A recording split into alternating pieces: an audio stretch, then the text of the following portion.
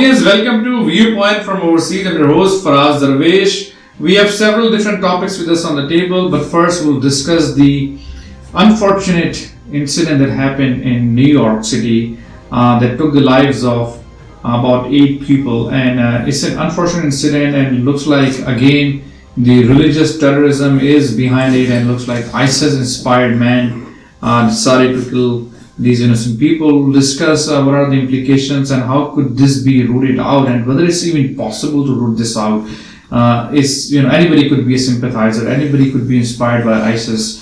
So we'll discuss, take deep dive, and then we'll discuss the recent release of files of Bn Laden that has some a surprising revelation. So we'll discuss what was really Bin Laden doing, and whom was he connected with. And then we'll discuss President Trump, the Russian probe that is happening. We are all aware of it against President Trump. We'll discuss how President Trump has actually reacted to these recent killings in New York. He has tweeted, and that tweet is being found questionable in many circles. And in the end, we'll discuss a good news coming from Pakistan, where Pakistan has now risen at the top ranking of T20 international cricket. I have with me Riaz Haq and Ms. Azam. Riaz, let me begin with you. Unfortunate incident took place, and then we saw President Trump. First, tell me, keep on happening after every few months or almost every year. How could this be rooted out? Yeah. So this is actually the first such attack that's considered a terrorist attack since President Trump was inaugurated back in January, in which there has been a loss of life with like 8 people who tragically lost their lives, and there were dozens of people who were injured in this attack. And obviously it's a matter of concern. These kinds of attacks, lone wolves, are happening in the United States, in Europe, and other parts of the world, where these people are self-radicalized by ISIS propaganda online. Well, this is all through social media. Yeah, that's what they're saying. Yeah. So that's obviously, but I think what is a matter of concern also is the way President Trump has reacted to it. Hardly a day had passed when the president decided to tweet blaming the Democrats, particularly Chuck Schumer, who was the minority leader in the United States Senate, for passing the diversity visa law several years ago. Because this person had apparently entered the United States on a diversity visa. While he was attacking, Schumer, he actually there was no recognition of the fact that Mr. Trump's executive order that has added extreme vetting, that's what he calls for certain countries. Right. There are about, I think, 7 or 8 countries. Uzbekistan is actually not one of them. So it wouldn't have done anything. Yeah, right. Yeah. So how many countries are you going to do? I mean, you can't really. The other thing that is noteworthy is that now we're talking about passing laws. They're reacting very strongly to this, talking about ending diversity law and blaming immigration for this problem. But after the Las Vegas mass shooting, in which more than 50 people died, nothing has come out of it. I mean, there's been no legislation, no talk of any kind of a gun control after that. There was some talk for a day or two, and then it's all been forgotten. It's as if nothing happened. Yesterday, a man walked into a Walmart in Texas, Colorado. He shot 2 people, and then that too has gotten very little coverage. So I think the killing is continuing to happen in the United States. Vast amount of killing, largest amount of killing is a result of guns by shooters here in the United States. But that doesn't get the kind of attention that they immediately give to what. No, the counter argument could be that, okay, look, the recent killing happened in New York is not due to the gun control. It is, somebody has. No, but that's what I'm saying. That you need to act when you're talking about protection of lives in America. You need to apply that concern to all kinds of killings, particularly the kinds of killings that are taking far more lives in the United States than these random terror attacks that take a few lives every once in a while. See, and basically what the first thing we should be doing is in US, what we should do is that all these type of killings should be brought under the terrorism charges. Like this argument always started since it is done due to some foreign ideology, radicalization or something, that's why it is terrorism. And somebody is taking the gun and booked a hotel in Las Vegas and shot 50 people brutally. Okay, it is not terrorism, he's some lone wolf, a crazy guy. Of course, this terrorist guy in New York, he's a lone wolf too actually. But of course he's just attached to some certain ideology, and that's why it is being called as terrorism. So, these kind of things have to be treated equally. But of course, the gun lobby is so strong. Republican Party supports it, even a lot of Democrats support that, So it's not going to happen maybe that easily, I don't know what it would take to have such kind of wake-up call for the people, but so big incidents happen, but nothing happened. So I'm not foreseeing anything happening in coming days. And this immigration issue, this is not going to solve. In the interest of time, let me shift the topic and let's go over the files of Bin Laden have gotten released, and there have been some revelations. So tell me, Ms. how do you see it? It looks like he was watching Tom and Jerry as well. Yeah, Tom and Jerry, and then this dinosaur movie, and then there is some funny movie. So of course. And then he was watching all the execution movies as well. That's true. Beheadings. That's correct. That's correct. Pretty crazy guy. The main part of that is there are two things. I saw it when I read those news this morning.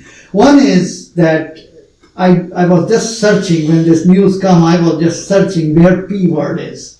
That his connection with Pakistani intelligence agency, or where his I word is, if you will. But I did not find anything. There is nothing. However, I found there is other I word, the Iran involvement there, and it seems that he even was in contact with Iranian intelligence agencies and to have some kind of attacks on US. Okay. So a lot of portions, they say that it is a pornography and it is some kind of national security issues. They did not release it. So I don't know what is in those parts and what was the reasons they did not publish it. But of course, if everything is published. Another interesting thing happened. Maybe you guys you followed the news that on the day of President Kennedy's assassination, on 16th of October, FBI released another set of files about President Kennedy's assassination. Of course, a lot of portions President Trump did not allow to be released. However, it has some new revelations, but pretty much everything points to the same story which you and I know always, a little bit more into it. So when I read this Osama bin Laden story, there is nothing new about it. These things we were all talking about it, that their connections to Iranian intelligence. Of course, there was no evidence, but now at least they say that there is some evidence. And as far as Pakistan is concerned, that, he was living in Pakistan, so of course, he came there. So must have had some logistics. And not in the tribal area. He's living inside the settled area. Abbottabad, I grew up there, so. Riyadh, how do you see this? Yeah, I think this is a 19-page file that has discussion about Al-Qaeda's connections with Iran, where there was some discussion of the Iranian government providing money and arms to Al-Qaeda operatives, and also there's discussion of them getting training at Hezbollah camps in Lebanon for the purpose of attacking the United States. Do you find any truth behind this? Well, I think there's some questions being raised about this. It's very questionable. Yeah, particularly the timing, Right. that is coming when the United States is talking about getting out of this Iran deal Right. and trying to tighten the Right. noose around Iran. So there's possibility some motive there. Right. But on the other hand, the way the intelligence agencies work, Mm-hmm. I mean, it's not beyond them. Right. That the other piece of news that's important is that there was an interview that the Guardian newspaper has published I think yesterday or the day before. They met some Afghan Taliban in Loghar province. They interviewed them there. There was a commander and a bunch of other Taliban who actually are operating from Loghar province in Afghanistan, and they said that they are thinking about moving to Iran because they don't trust Pakistan anymore. Right. So the implication here is that if Pakistan puts any pressure on them based on the United States pressure, that they have other options that they can move to another country and get support from there. So I think there are questions about Iran's involvement in Afghanistan. There's absolutely, I'm not at all surprised that there are these issues coming up, but there may be motive to why they're being highlighted at this time. Right. Because I mean, Iran or Hezbollah and the Al Qaeda or ISIS, they've been on fighting with each other. Yeah, but I think one of the interesting things here is that there has been a split between ISIS and Al Qaeda. In fact, ISIS and Al Qaeda are also fighting each other lately in Syria and other places. They're not getting along.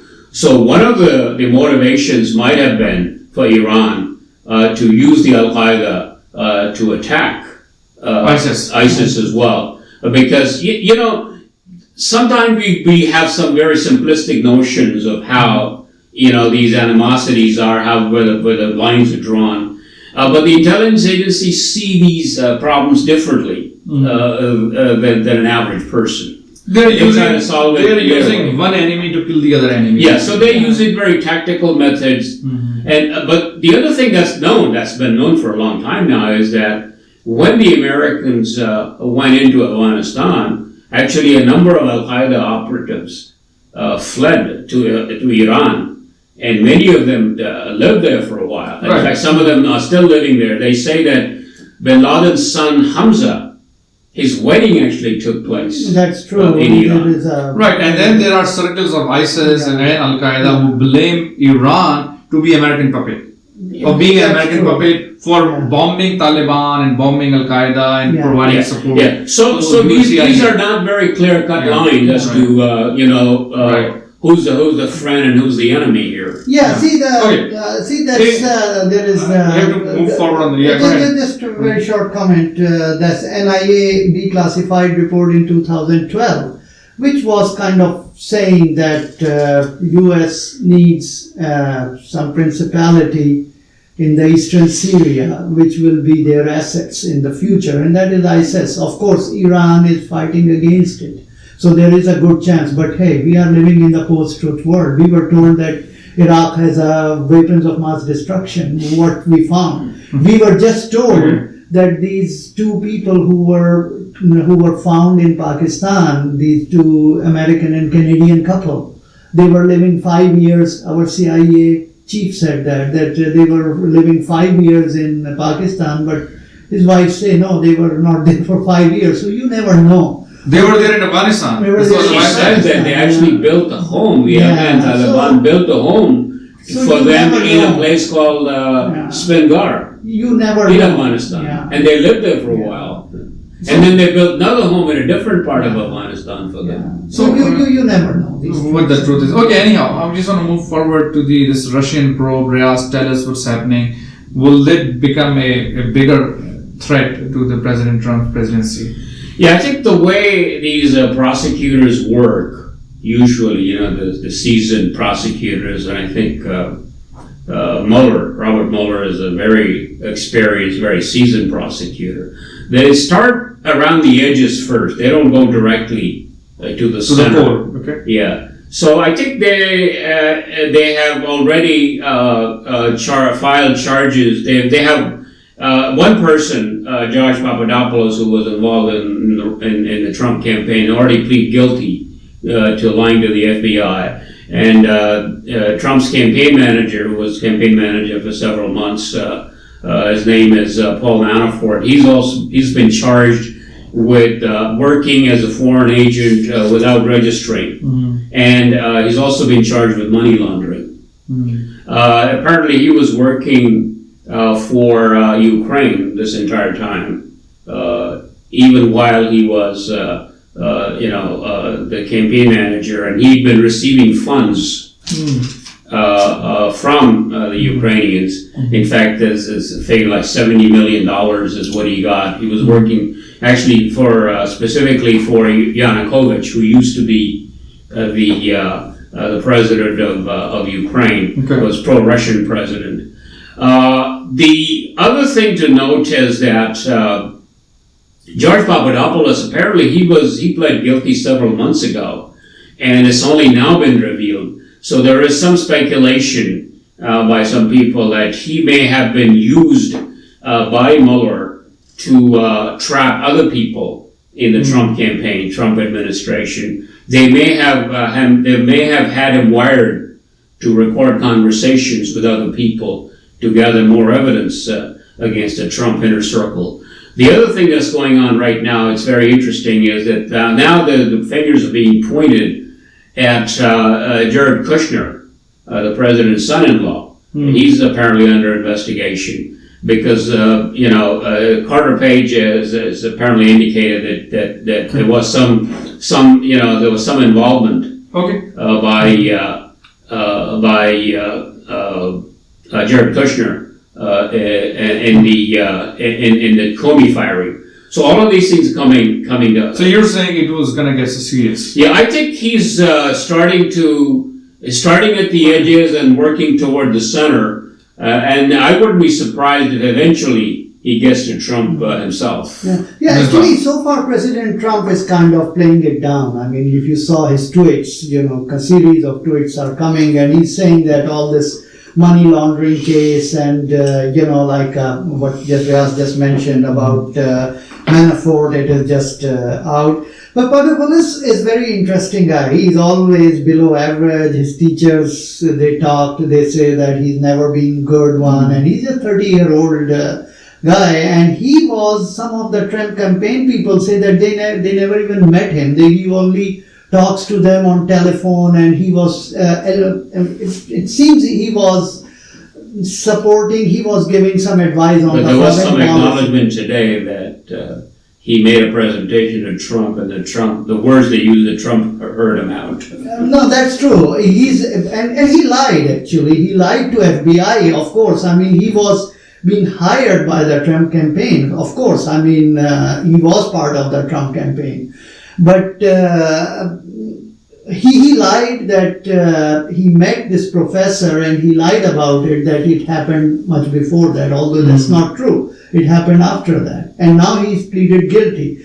And it seems that Mr. Mueller is, as Riyadh mentioned, he's a really competent person. And I am seeing that probably within a year, we are seeing another midnight massacre going to happen, by Mr. Trump. Maybe he's going to throw out the independent counsel, and if that would happen, then things would turn very bad. Then there will be a reaction to it. There would be a reaction to it, just like happened with President Nixon. Okay. And by the way, just so we are on President Trump's topic, his reaction to ISIS terror attack in New York, Riyadh, how do you see this? You saw Yeah, his I mean, tweet. we talked about it earlier, Right. that he immediately attacked, Right. he politicized it very quickly. Right. I mean, and I think I like the response that he got from Senator Schumer, that he should, instead of making it, politicizing the issue, he should be leading Right. at this time. Yeah, actually, the interesting part is that he's tweeting that the terrorists should be hanged or give a death I haven't seen that, but Riyadh mentioned that tweet earlier.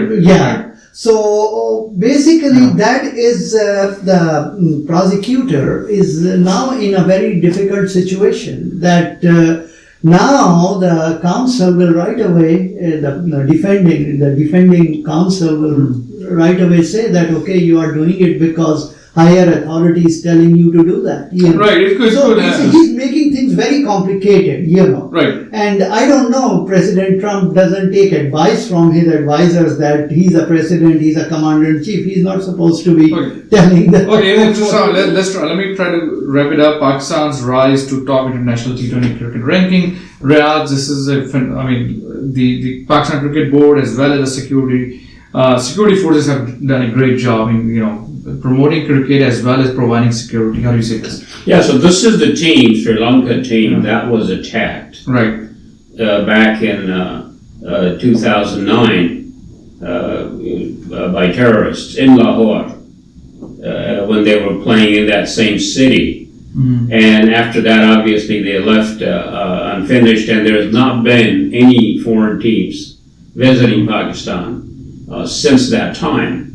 So it's a great thing to see a foreign team, Sri Lanka of all teams, come back and play. They only played one T20, but it's still a big deal for Lahore. That's an expression of some confidence that things are becoming normal. Now, not only that, I think Pakistan won. First, they won the ODI series 5-0, which is a clean sweep, and then they won the T20 series 3-0. And as a result of the sweep, they have now risen to the top of the rankings. They're now number one ranked T20 team in the world, displacing New Zealand after New Zealand lost to India. Actually, I have to give credit to Mr. Najam Sethi. He convinced that security agency, which usually... He convinced the Prime Minister, he convinced the Sri Lankan team, they convinced the foreign teams. And that security agency, which usually goes to other countries for these players' security, to come to Pakistan and provide the security, work with Pakistani security apparatus, And that's how they agreed to come. And as you see it was very successful game, although there were some go Nawaz go and these kind of... We shouldn't be there. We shouldn't... The game should not be politicized. This was very everything in Pakistan gets politicized. Unfortunately, our country also, we are seeing the same thing nowadays. Everything getting politicized here also, as just mentioned. So how Mr. President said about... Let's wrap it up. So audience, we'll be back next week. Please send us your feedback, send us your input. You see our email, you see our contacts on the screen. Keep watching Viewpoint from Overseas.